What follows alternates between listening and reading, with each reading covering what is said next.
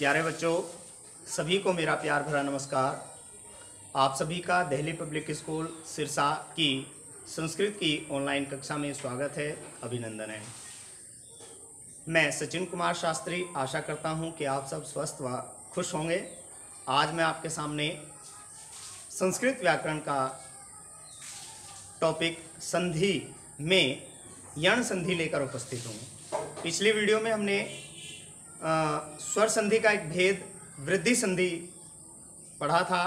आज हम स्वर संधि का एक और भेद यण संधि पढ़ेंगे। तो मुझे आशा है कि आप सब ध्यानपूर्वक सुनेंगे, समझेंगे।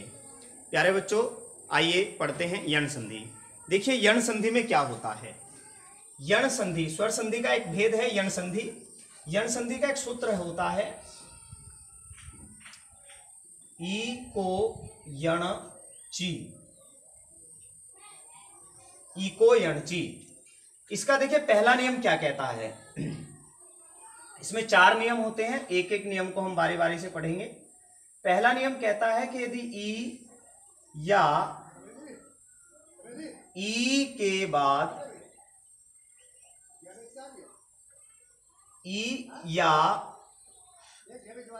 ई को छोड़कर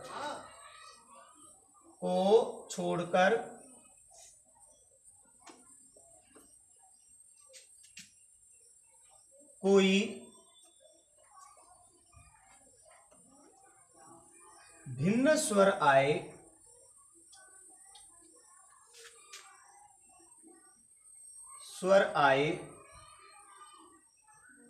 तो ई या ई को य हो जाता है।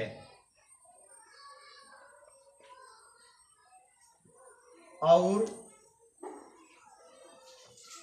वह भिन्न स्वर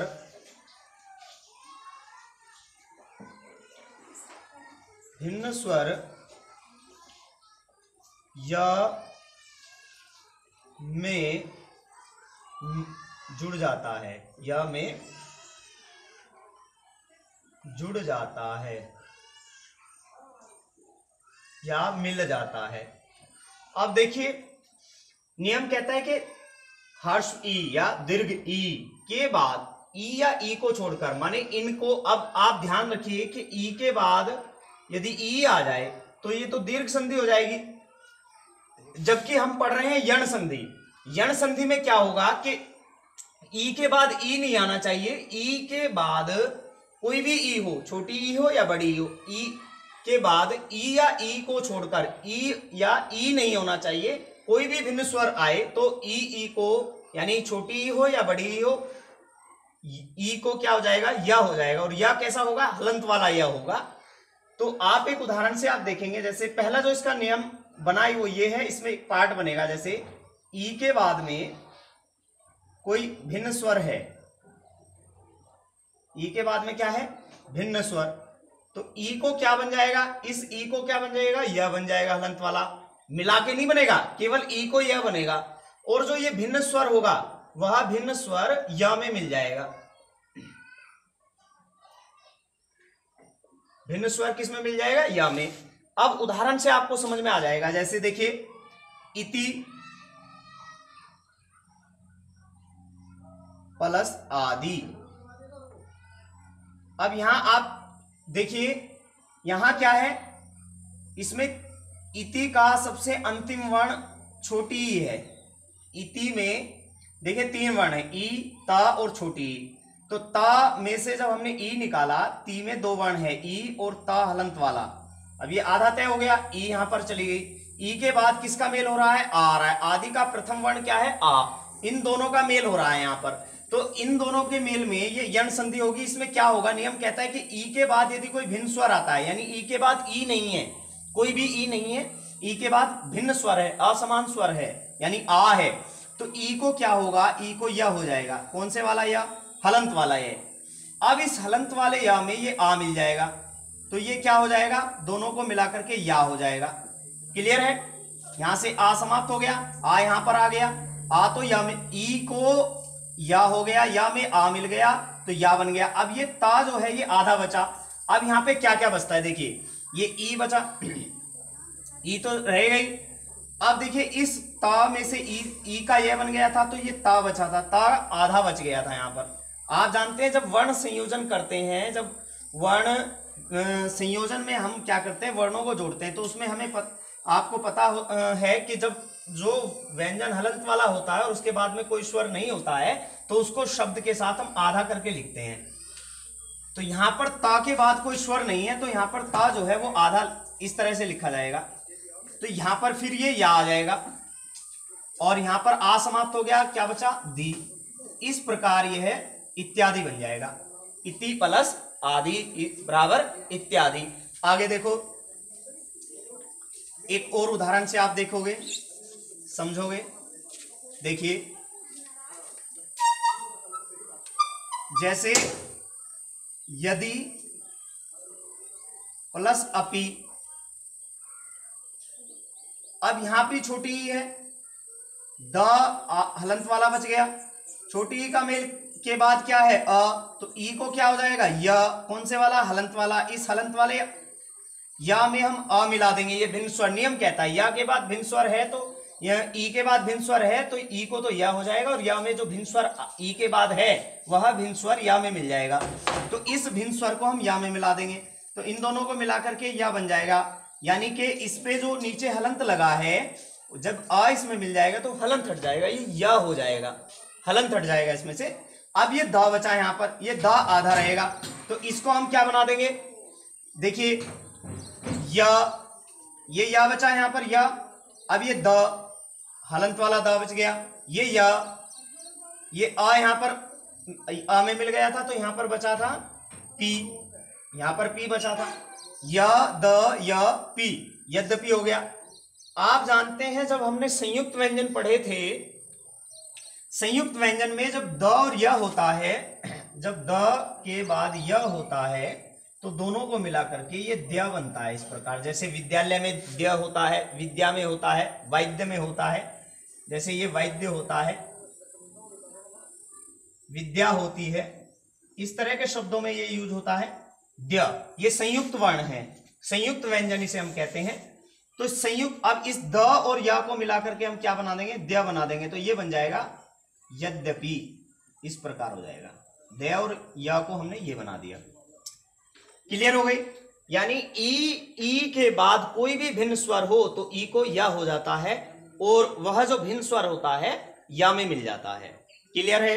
अब इसका दूसरा पार्ट देखिए, आप देखिए दूसरा पार्ट क्या कहता है।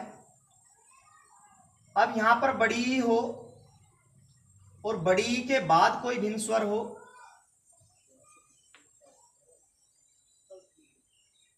तो भी ई को या हो जाएगा और वह भिन्न स्वर या में मिल जाएगा। ध्यान से देखेंगे, ई को या हो जाएगा और यह भिन्न स्वर या में मिल जाएगा। इसका एग्जाम्पल देखिए आप, देवी प्लस आगमनम।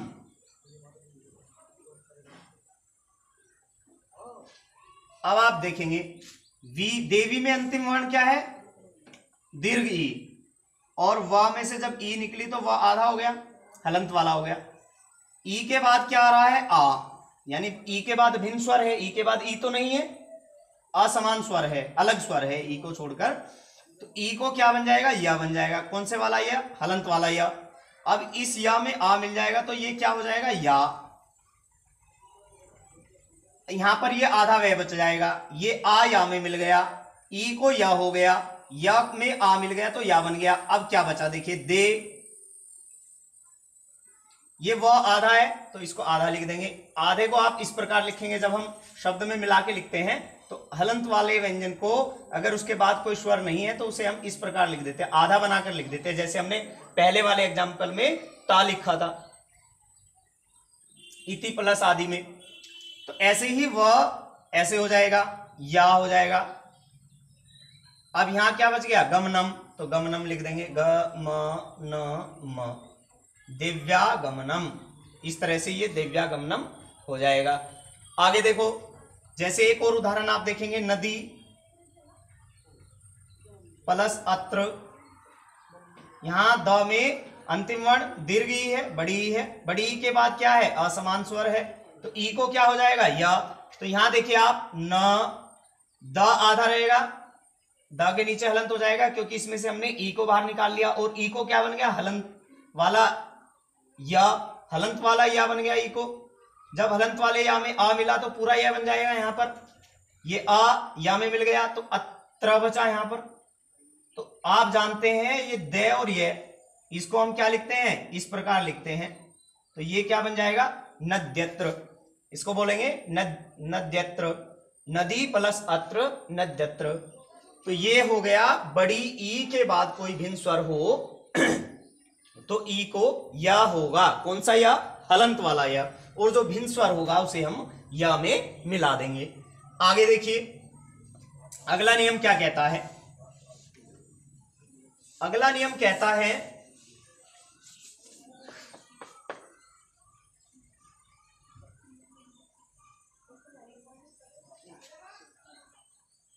कि ऊ या ऊ के बाद, ध्यानपूर्वक देखेंगे, ये दूसरा नियम है, छोटा ऊ या बड़ा ऊ या ऊ के बाद छोटा ऊ या बड़े ऊ को छोड़कर, यानी छोटा ऊ या बड़ा ऊ को छोड़कर कोई भिन्न स्वर आए तो ऊ या ऊ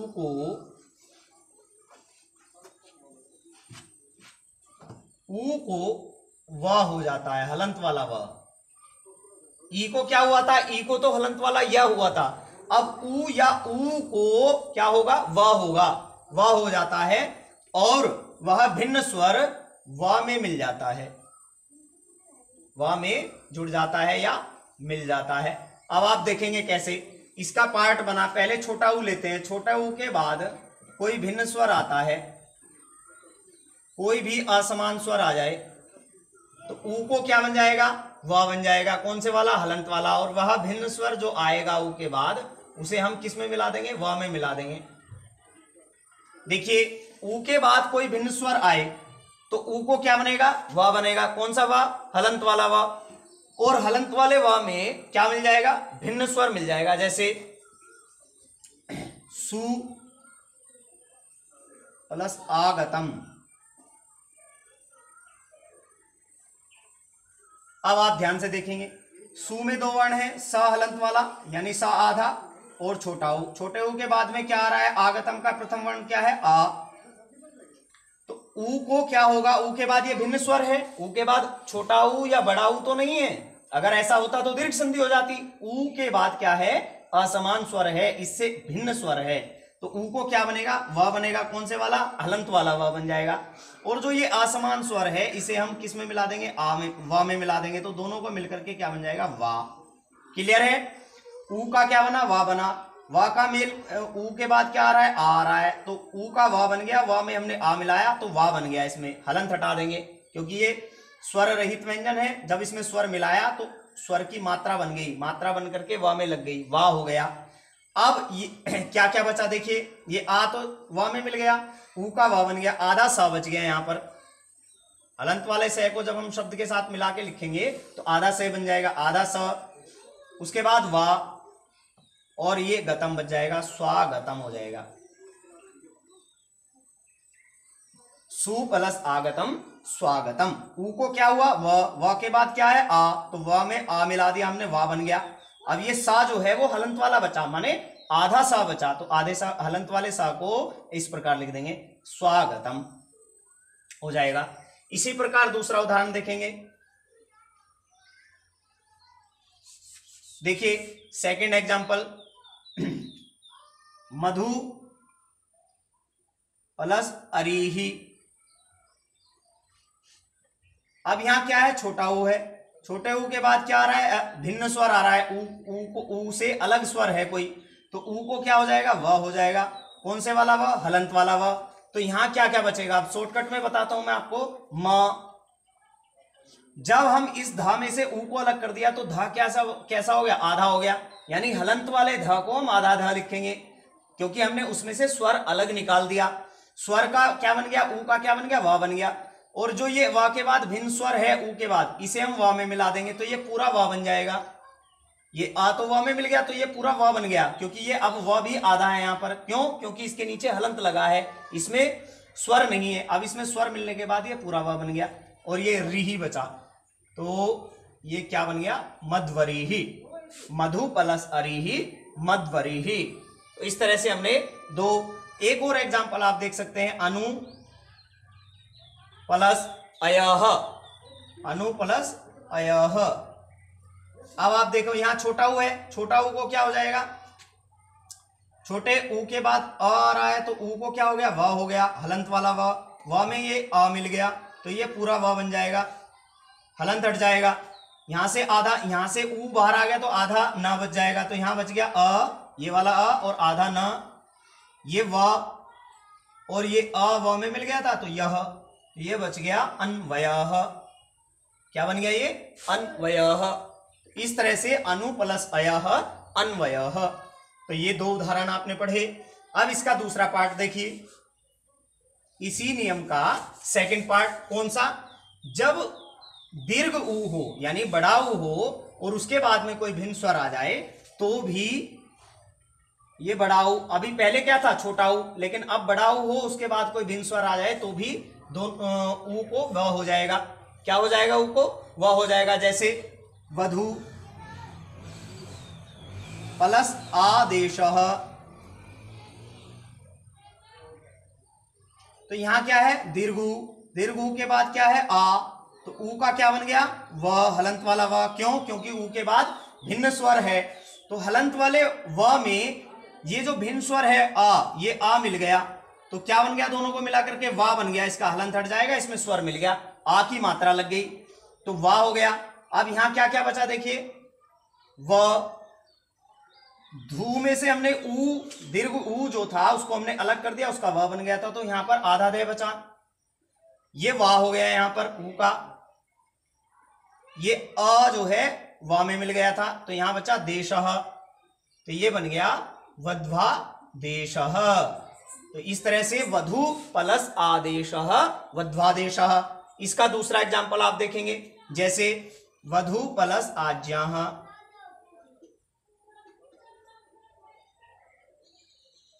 तो ऊ को क्या बनेगा? व बनेगा। क्यों? क्योंकि ऊ के बाद क्या है? ऊ के बाद क्या है? आ है, तो आ को हम व में मिला देंगे तो क्या बन जाएगा? वा। तो देखिए व और ये आधा ध्याय हो जाएगा क्योंकि इसमें से हमने ऊ बाहर निकाल दिया था, ऊ का व बन गया था। वध्वा ज्याः, आ इसमें वा में मिल गया तो ये क्या बन गया? वध्वा ज्याः। इस तरह से बड़ा ऊ हो और उसके बाद कोई भिन्न स्वर हो तो भी बड़े ऊ को व हो जाएगा। कौन से वाला व? हलंत वाला व। ये आपको ध्यान रखना है। अब हम नेक्स्ट पढ़ते हैं इसका तीसरा नियम। तीसरा नियम क्या कहता है देखिए,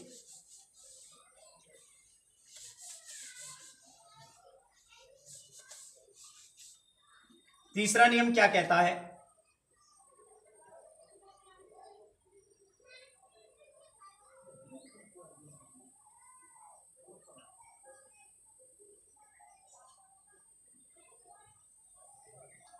देखिए,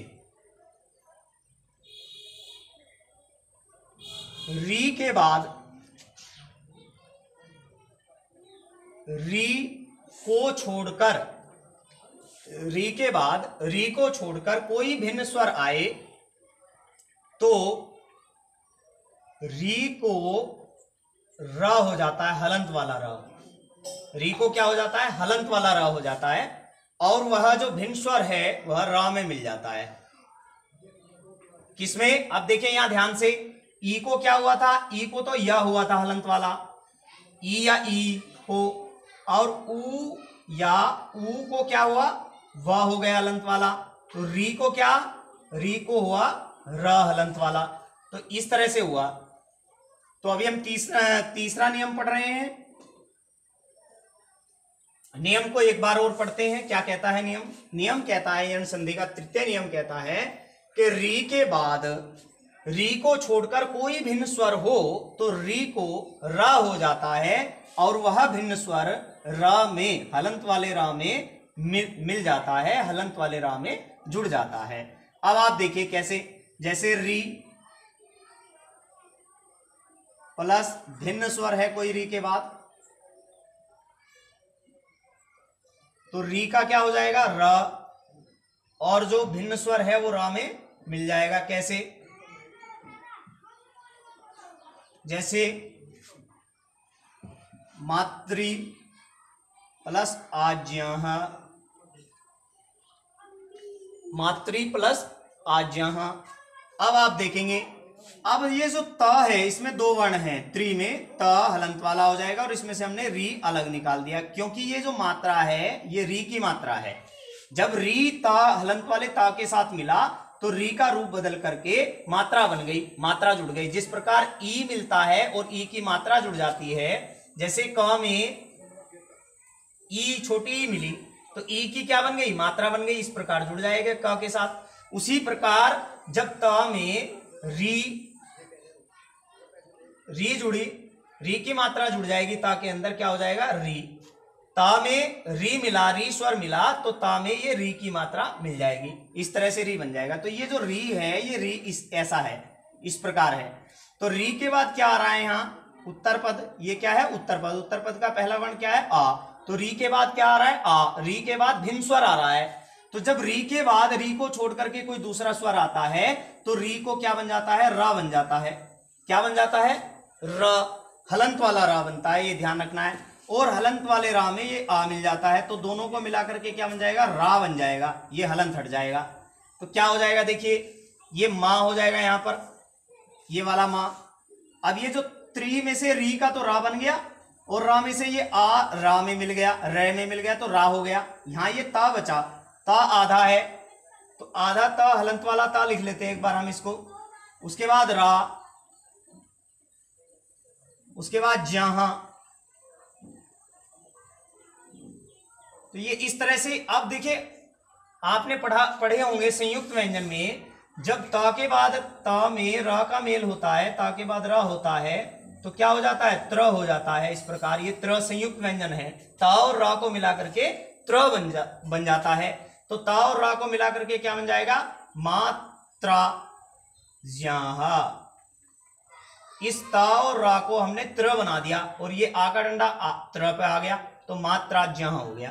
तो इस प्रकार ता और रा को हम त्र लिखेंगे, ये संयुक्त व्यंजन है। दूसरा आप देखेंगे, जैसे दूसरा उदाहरण देखिए आप, जैसे पितृ प्लस आदेशः, क्या हो गया।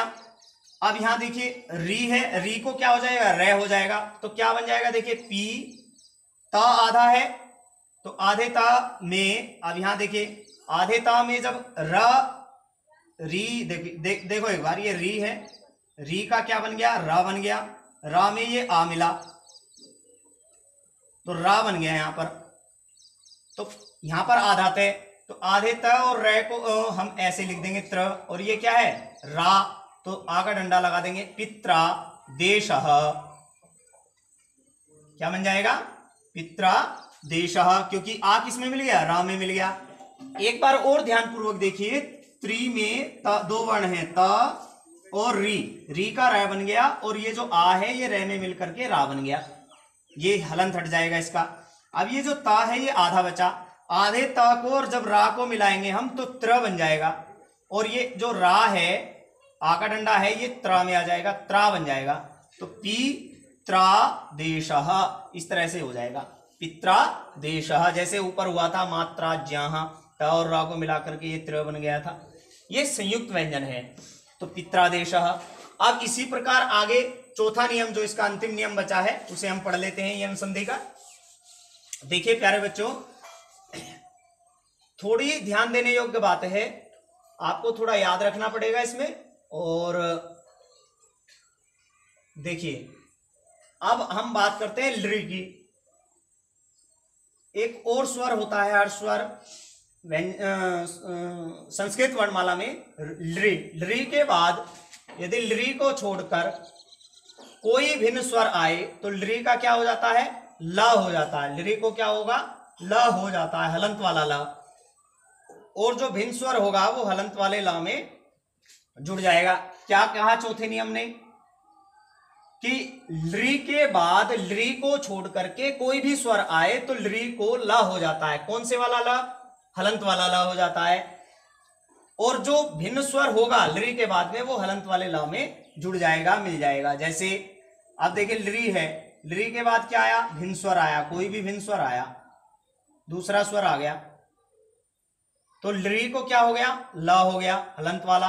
और हलंत वाले ल में क्या मिल गया? भिन्न स्वर मिल गया जो लृ के बाद में आया था।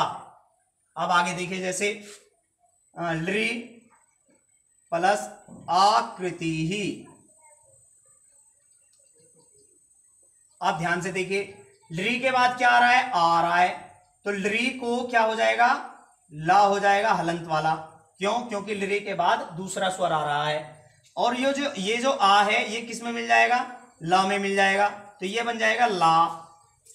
और ये आ समाप्त हो गया, लृ का ला बन गया, ला में आ मिल गया तो ये ला बन गया। तो ये ला, यहां तो कुछ है नहीं और, तो ये कृति ही बचा, ला कृति ही, ऐसे हो जाएगा ये ला कृति ही। आगे देखिए, जैसे लृ प्लस आकारः, आकारः, तो लृ का क्या हो गया? लय हो गया। क्यों? क्योंकि लय के बाद में भिन्न स्वर है। कौन सा भिन्न स्वर है? आ है। आ को हम किस में मिला देंगे? ला में मिला देंगे, तो क्या बन जाएगा? ला। और ये आ तो ला में मिल गया, यहां से ये लृ भी खत्म हो गया, तो ये क्या बच गया? ला। और ये कारः, क्या बन गया? ये लृ प्लस आकारः लाकारः, लृ प्लस आकारः लाकारः। तो इस प्रकार हमने यण संधि पढ़ी। यण संधि में हमने क्या पढ़ा कि ई या ई को यह हो जाता है अगर भिन्न स्वर आता है। ई या ई का भिन्न स्वर से मेल होता है तो ई को यह हो जाता है। उ या ऊ का भिन्न स्वर से मेल होता है तो इसको हलंत वाला व हो जाता है। और री का किसी भिन्न स्वर से मेल होता है तो र हलंत वाला हो जाता है। और लृ का किसी भिन्न स्वर से मेल होता है तो ल हलंत वाला हो जाता है। तो ये यण संधि के 4 नियम हमने पढ़े, जिसका सूत्र इको यणची है और ये आपको याद करने हैं। मुझे उम्मीद है कि आपको यह यण संधि समझ में आई होगी। इसके बहुत सारे उदाहरण आपकी पुस्तक में दिए हुए हैं, आप चाहें तो पढ़ सकते हैं। बहुत बहुत आप सभी का धन्यवाद।